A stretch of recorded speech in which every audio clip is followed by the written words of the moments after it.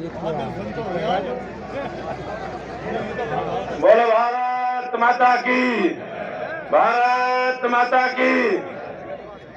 देश की सबसे बड़ी पंचायत का चुनाव करने जा रहे हो और जय में यहाँ तक भी ऊन तक भी आवाज ना जाए तो मजा थोड़ा जाएगा। बोलो भारत माता की, भारत माता की। धन्यवाद साथियों। अरविंद जी, मुकेश सैनी जी, वीर सिंह मलिक जी, अरविंद झार जी, विक्रांत निलवाल जी, जावला जी और मंचासीन उपस्थित हमारे सभी भारतीय जनता जय चौधरी, जय चौधरी।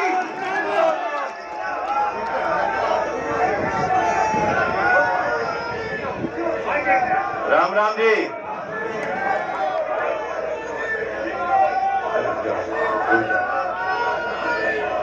हमारे इस लोकसभा क्षेत्र से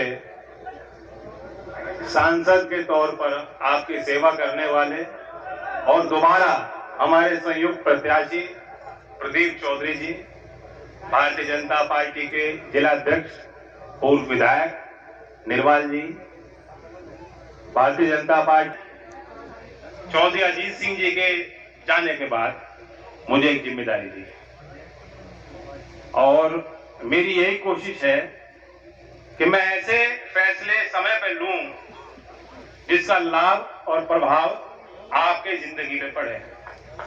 उन क्षेत्र के, इस गांव के लोग, आसपास क्षेत्र के लोग, आप हमेशा सामाजिक कार्यों में तत्पर रहते हो।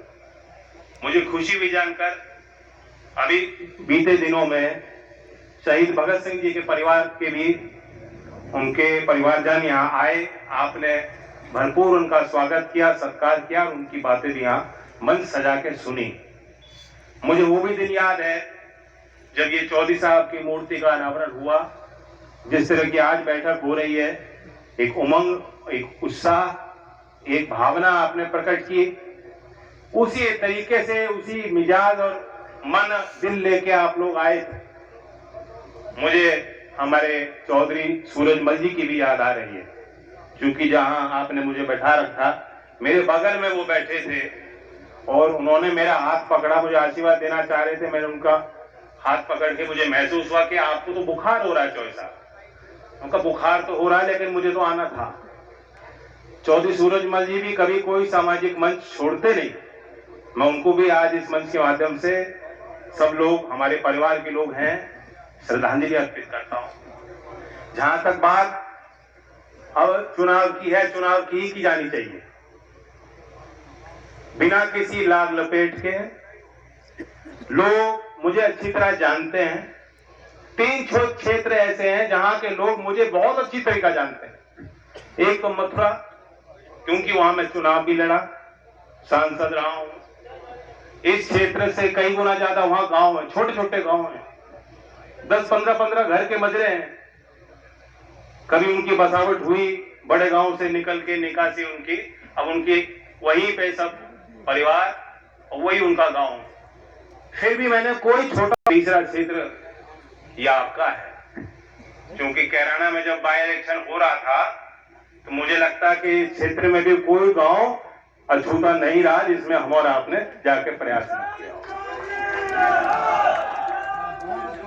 तो आप तो मुझे अच्छी तरह जानते हो, कोई बात मेरे चेहरे पे या जुबान पे ना आए उससे पहले आप मेरी बात को इशारे के तौर पे समझ जाओ। रणनीति, सामाजिक जीवन और राजनीतिक जीवन में रणनीति होनी चाहिए, यही नेता का काम होता है। शतरंज भी यहां खेलते होंगे, किसी को शौक है शतरंज का? तो शतरंज में एक ऐसी चाल हो कि प्रतिद्वंदी ये दिखाता है कि मैं कमजोर हो लिया और फिर मात दे देता है।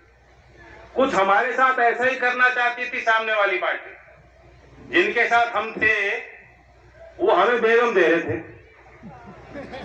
और राजा मारना चाह रहे थे। बताओ,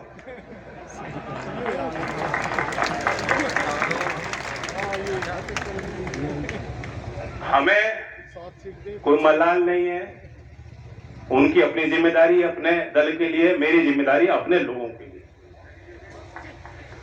देश में क्या हो रहा है, कौन से मुद्दे आगे बढ़ चढ़कर जिनकी सरोकार जनता के बीच में है, वाले पूरे अधिकार के साथ इनसे काम भी लेंगे और लोकदल के मान सम्मान और कार्यकर्ता के मान सम्मान के लिए हम कसर कर भी सकते हैं, ये कसर नहीं छोड़ने वाले।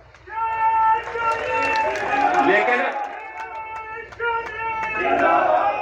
मैं लोकदल के लोगों से खास तौर से बात यही करना चाहता हूं कि हमने और आपने तो संघर्ष बहुत किए। अब आप भी सोचिए, हमारे जो मुद्दे हैं, आप किसान की तरफ देखिए। किसान की अगली पीढ़ी जो है, चौधरी अजीत सिंह जी क्या हमारे क्षेत्र के लिए चाहते थे? वो चाहते थे कि यहाँ जमीनें तो इतनी छोटी रह गई, बंटवारे होते रहे, आगे भी होंगे। सामाजिक व्यवस्था कुछ ऐसी है कि खेती के लायक जमीन तो और कम बचेंगे।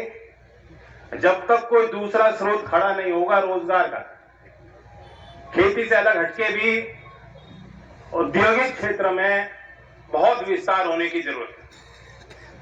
उत्तर प्रदेश में लास्ट चीनी का उद्योग चौधरी अजीत सिंह जी ने स्थापित किया और उसके बाद कोई बहुत ज्यादा तरक्की हमने होती नहीं देखी। अब हमने देखा है कि सरकार ने जो केंद्र में है, उन्होंने एक इच्छा शक्ति उनकी है जो प्रबल है और जो दिखाई पड़ती है।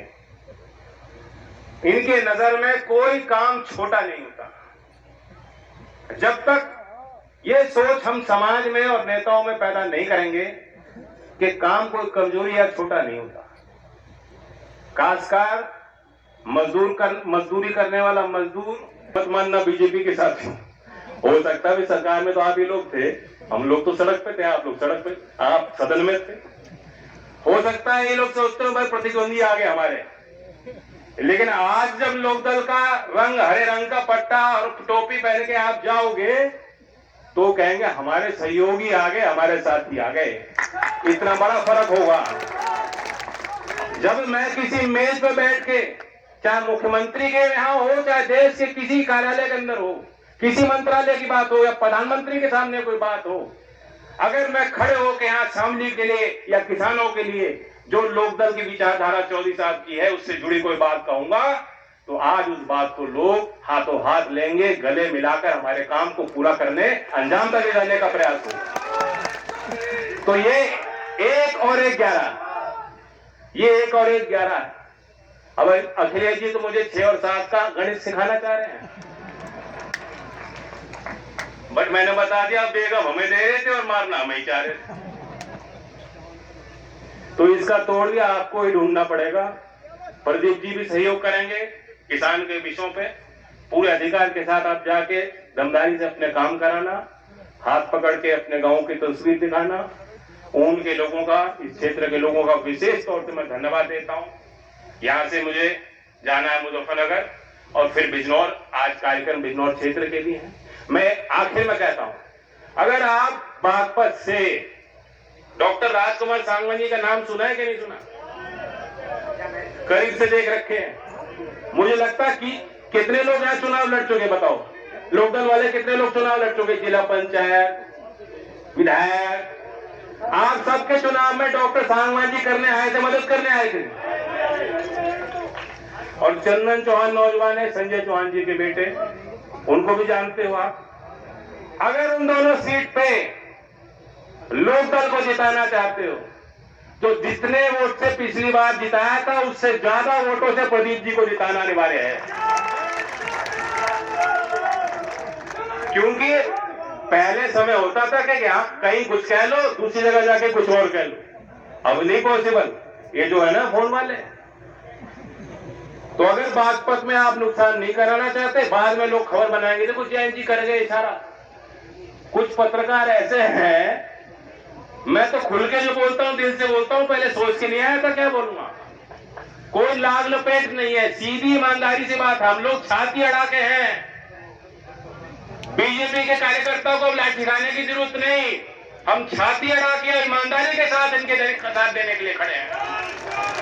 और इनकी भी कुछ व्यवहारिक बातें हैं, ये काम लेना भी जानते हैं, ये व्यवस्था बनाने भी जानते हैं। कांग्रेस के साथ 5 साल हमने राजस्थान में सरकार में साझेदार थे। उनके 99 विधायक आए थे, भरतपुर से आपका एक आया, तब सरकार बनी थी।